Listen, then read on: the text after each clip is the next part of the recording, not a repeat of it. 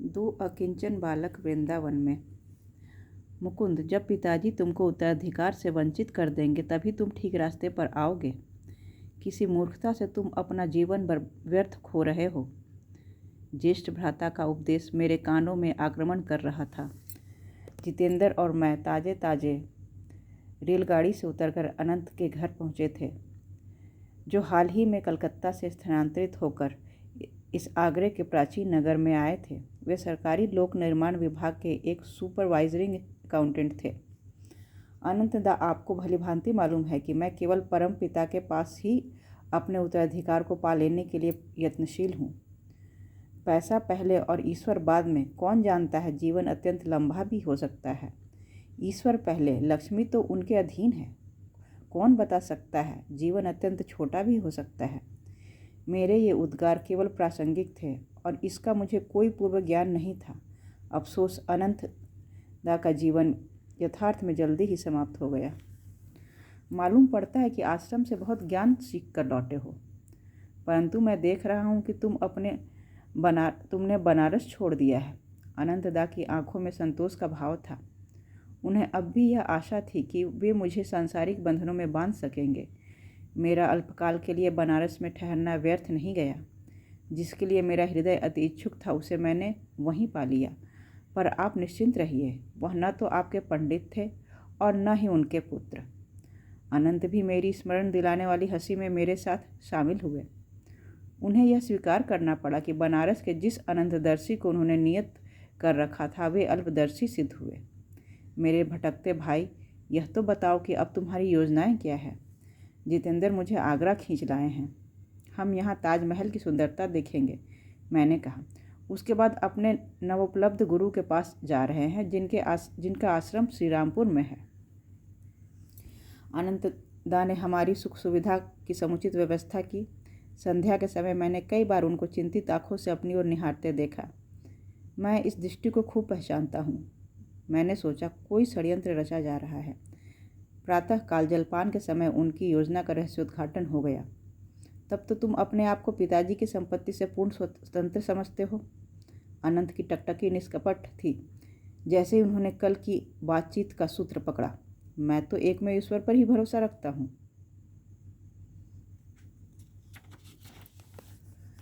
बातें कहना तो सरल है।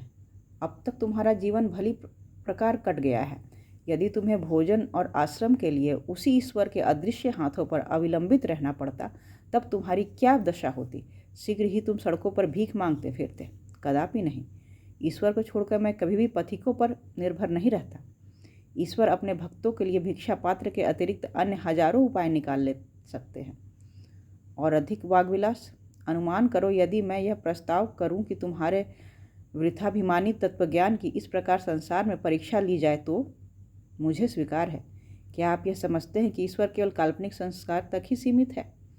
देख लेंगे। आज ही तुमको मेरे विचारों का विस्तार पूर्वक प्रस्तुत करने का या उनकी पुष्टि करने का अवसर मिलेगा। अनंत नाटकीय रीति से एक क्षण के लिए रुके, फिर धीरे तथा गंभीरतापूर्वक बोले, मैं प्रस्ताव करता हूँ कि तुम और तुम्हारे गुरु भाई जितेंद्र आज प्रातःकाल इन शर्तों पर निकट के शहर वृंदावन जाओ। तुम्हें अपने साथ एक भी पैसा नहीं ले जाना होगा। तुम्हें किसी से भोजन या पैसे की याचना नहीं करनी होगी। तुम्हें अपनी दुर्दशा किसी प्रकार प्रकट नहीं करनी होगी। तुम्हें बिना खाना खाए नहीं रहना होगा।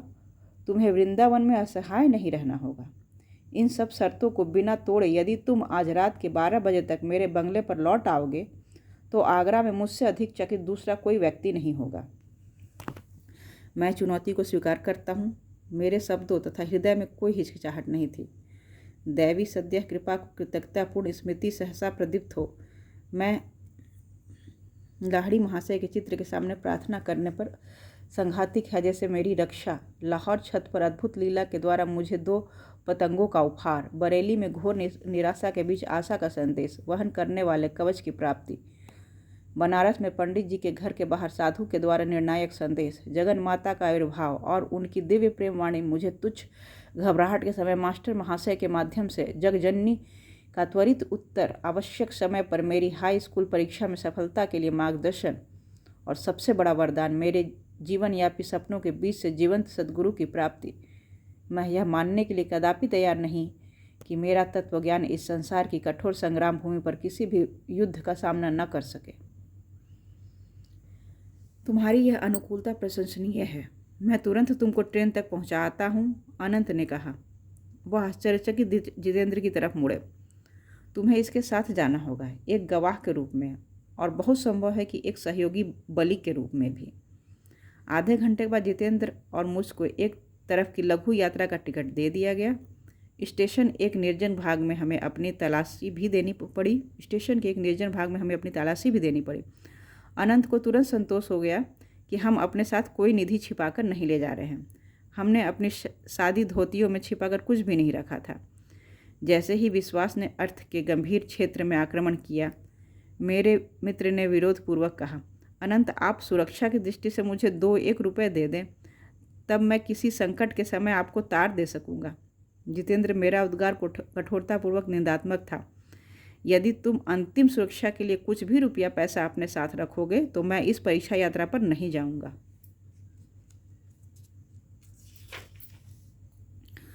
रुपए की झंझनाहट में एक अपूर्व आश्वासन शक्ति है। मेरी कठोरता देखकर जितेंद्र सबसे अधिक नहीं बोल सका। मुकुंद, मैं दयारहित नहीं हूँ। अनंत के कंठस्वर में तनिक कोमलता का आभास था। संभव है कि या तो 2 निसंबल बालकों को एक अपरिचित शहर में भेजने के कारण या कदाचित स्वयं धर्म में श्रद्धा न होने के कारण उनकी अंतश्चेतना उन्हें कचोट रही हो। यदि किसी सुयोग या भगवान की दया से तुम वृंदावन की परीक्षा में सफल हो गए तो मैं तुम्हें कहूँगा कि मुझे अपना शिष्य बना लो। इस असामान्य प्रसंग पर उनके द्वारा की गई प्रतिज्ञा में एक असंगति थी। भारतीय परिवार में ज्येष्ठ भ्राता छोटे भाइयों के समक्ष सिर नहीं नवाता। वस्तुतः पिता बाद बड़ा भाई ही सम्मान और आज्ञाकारिता प्राप्त करता है, परंतु मुझे समालोचना का अवसर नहीं मिला क्योंकि ट्रेन के छूटने का समय हो गया था। जैसे जैसे गाड़ी तेजी से आगे बढ़ती जा रही थी, जितेंद्र कारुणिक मौन में रहा। अंत में वह मेरे ऊपर झुका और कोमल स्थान पर मुझे जोर से एक चिकोटी काटकर व्यथा पहुंचाते हुए बोला, मुझे कोई संकेत दिखाई नहीं देता कि भगवान हमारे आगामी भोजन की आपूर्ति करेंगे। अरे संशयात्मा, चुपचाप बैठो। भगवान हमारे साथ में ही है। क्या तुम कोई ऐसी व्यवस्था कर सकते हो जिसमें भगवान जरा जल्दी करे? केवल अपनी अगली दशा के बारे में सोचकर मैं पहले से ही अधमरा हुआ जा रहा हूँ। मैं काशी से चला था ताजमहल देखने के लिए, न कि स्वयं कब्र में कूदने के लिए। ढाढ़स रखो जितेंद्र। क्या आज हम पुण्यभूमि वृंदावन के चमत्कारी दृश्यों का पहली बार दर्शन करने नहीं जा रहे हैं? इस कल्पना मात्र से कि भगवान श्री कृष्ण की पदरज से पवित्र भूमि पर चलने का सौभाग्य मिलेगा, मुझे अत्यंत आनंद हो रहा है। इतने में हमारे डिब्बे का दरवाज़ा खुला और 2 व्यक्ति आकर बैठ गए। अगली ही स्टेशन पर हमें उतरना था। युवकों, क्या वृंदावन में कोई तुम्हारा जान पहचान का है? मेरे सामने बैठा अपरिचित व्यक्ति हम में आश्चर्यजनक रुचि ले रहा था। आपका इससे प्रयोजन? यह कहते हुए मैंने अपनी दृष्टि दूसरी ओर फेर ली। शायद तुम लोग चितचोर की बंसी के टेर के आकर्षण से अपने परिवार छोड़कर भागे जा रहे हो। मैं स्वयं भक्ति भावना रखता हूँ, इसलिए यह मेरा परम कर्तव्य हो गया है कि इस असह्य गर्मी में तुम्हारे आश्रय और भोजन की व्यवस्था करूँ। नहीं महाशय, हम लोगों को अकेले ही छोड़ दें।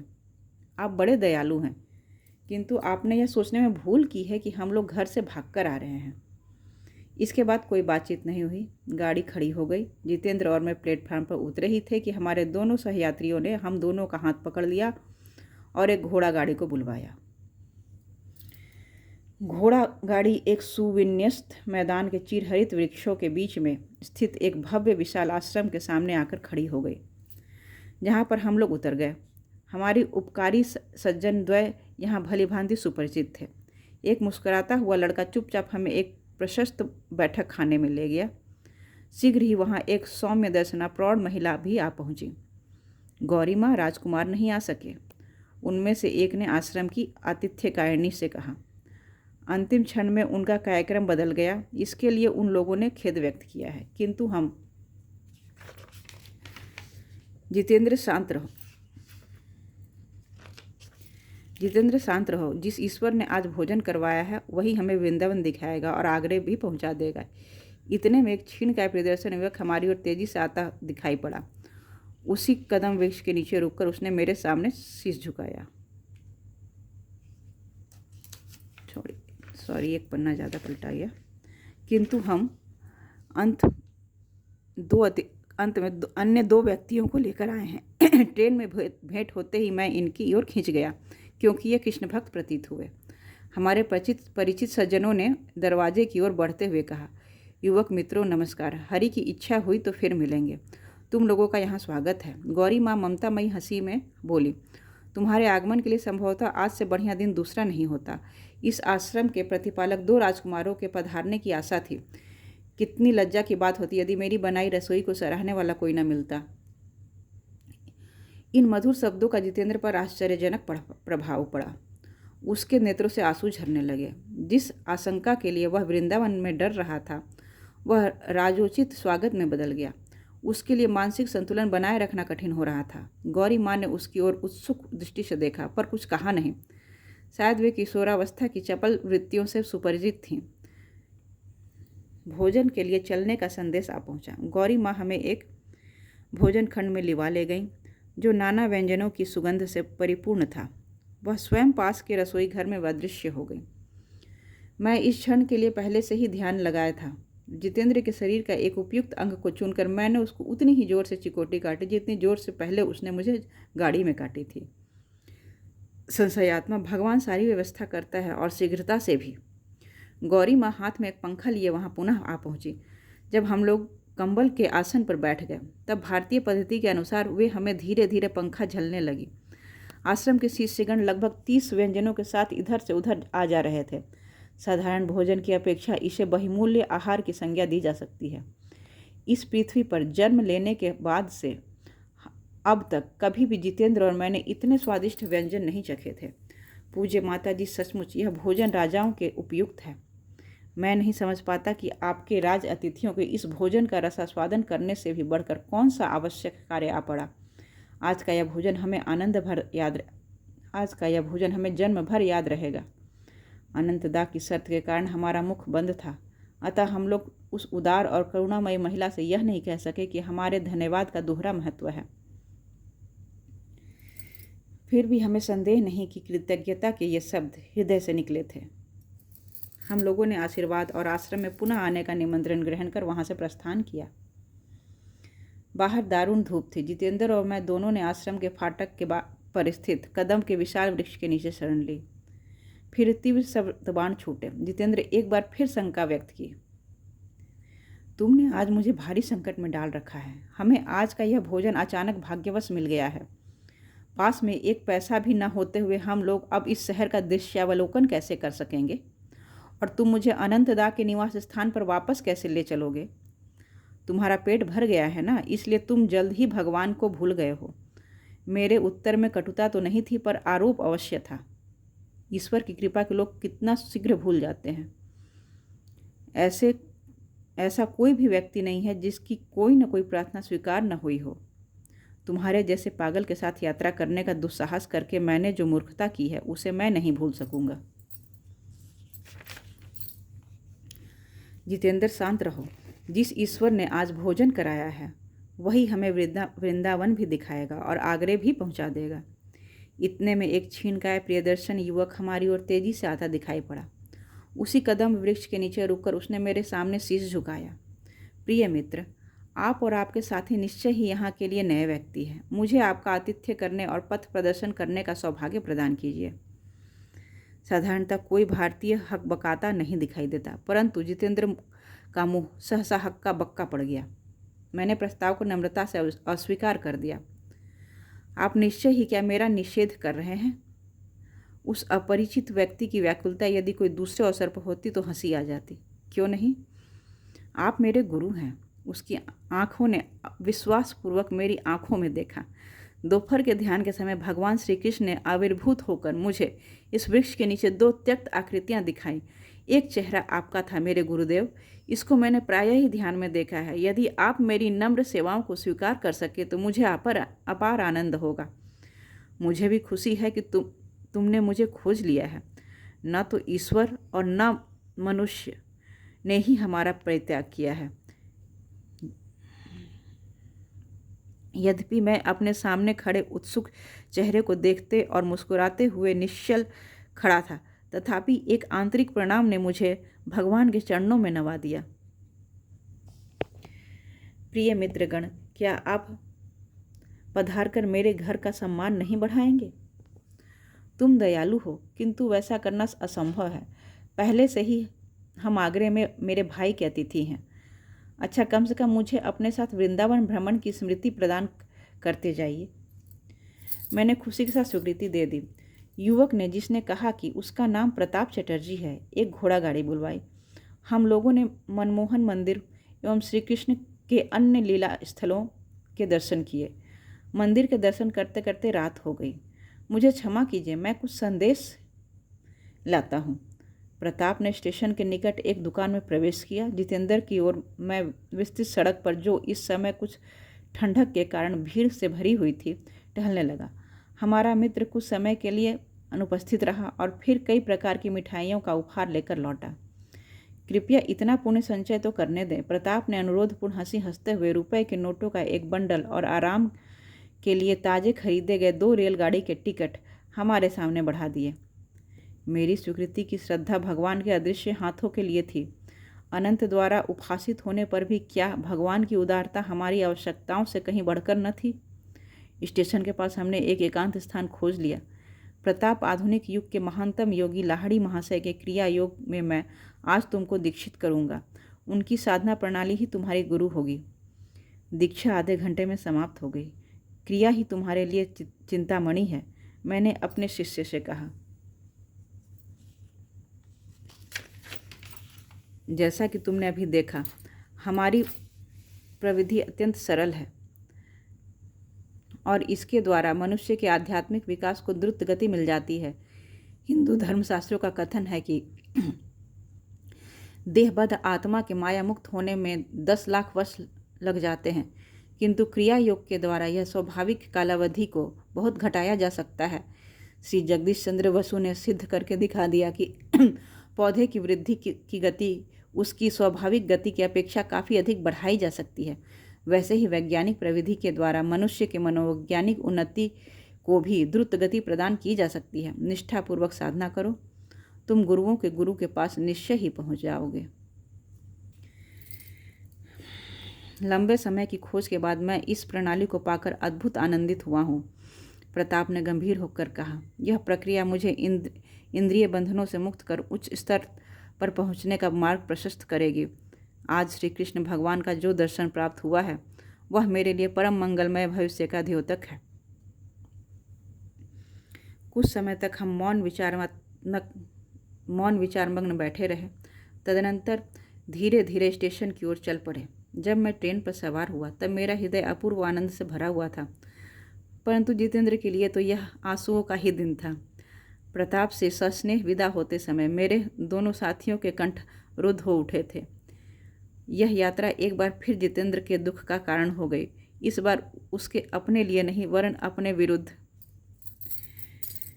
मेरा विश्वास कितना उथला है, मेरा हृदय पत्थर हो गया है। भविष्य में अब कभी मैं ईश्वर के रक्षण के विषय में अविश्वास नहीं करूँगा। आधी रात होने वाली थी। 2 अकिंचन बालक, जिन्हें बिना पैसा कौड़ी के भेज दिया गया था, लौटकर पुनः अनंत के शयन कक्ष में प्रविष्ट हुए। ठीक जैसे कि उन्होंने भविष्यवाणी की थी, उनका विस्मित चेहरा अध्ययन का विषय बन गया था। मैंने चुपचाप एक मेज पर रुपयों के नोटों की वर्षा की। देखो जितेंद्र, सच सच बताओ, अनंत के स्वर में मजाक का पुट था।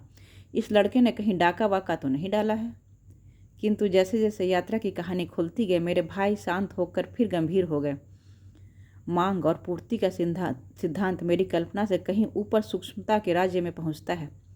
अनंत एक ऐसे आध्यात्मिक उत्साह के साथ बोले जो पहले कभी दृष्टिगोचर नहीं हुआ था। रुपया पैसा एवं तुच्छ सांसारिक धन संचय के प्रति तुम्हारी उदासीनता का कारण आज मैं पहली बार समझ पाया हूँ। रात बहुत बीत गई थी, तो भी अनंत ने उसी समय क्रिया योग की दीक्षा देने का मुझसे आग्रह किया। गुरु मुकुंद को एक ही रात में 2 अयाचित शिष्यों को दीक्षा देने की जिम्मेदारी लेनी पड़ी। दूसरे दिन प्रातःकाल जलपान एक ऐसे मधुर और आनंदमय वातावरण में संपन्न हुआ जिसका पहले दिन नितांत अभाव था। मैंने जितेंद्र की ओर देखा, मुस्कुराते हुए कहा, तुम आज देखने से वंचित नहीं रहोगे। चलो श्रीरामपुर के लिए प्रस्थान करने के पूर्व उसे देख आएं। अनंत विदा लेकर शीघ्र ही हम दोनों को आगरा के गौरव ताज महल के सामने पहुँचे। सूर्य की किरणों में चमकता यह शुभ संगमरमर पूर्णतः सुडौल रूप में खड़ा है। सरों के काले वृक्ष, छांटी गई घास, बाल, मखमली मैदान और प्रशांत जलाशय, यह था उसका संपूर्ण बाह्य परिवेश। जालीदार फीते के समान उत्कीर्ण मूल्यवान पत्थरों से जड़ित भीतरी भाग ललित है। कोमल मालाएं, कुंडलियां भूरे तथा बैगनी संगमरमर से गहनतापूर्वक उभर रहे हैं। गुंबद से आने वाला स्निग्ध प्रकाश शाहजहां और उसके राज्य तथा हृदय की रानी मुमताज महल के स्मारक पर पड़ता है।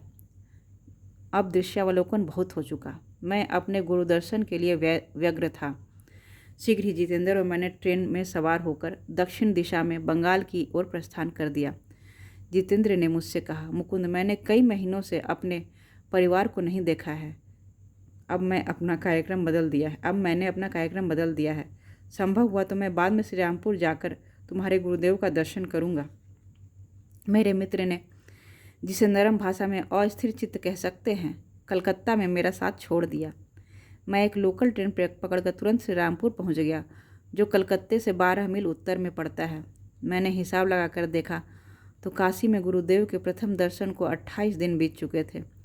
तुम मेरे पास 4 सप्ताह में आ जाओगे। शांत रायघाट लेन पर उनके घर के बाहर के आंगन में धड़कता दिल लिए मैं खड़ा था।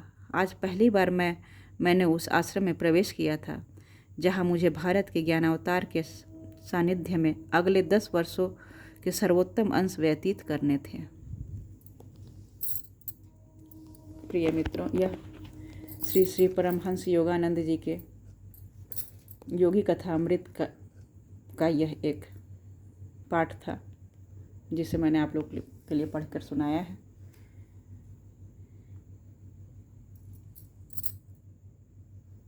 दो अकिंचन बालक वृंदावन में।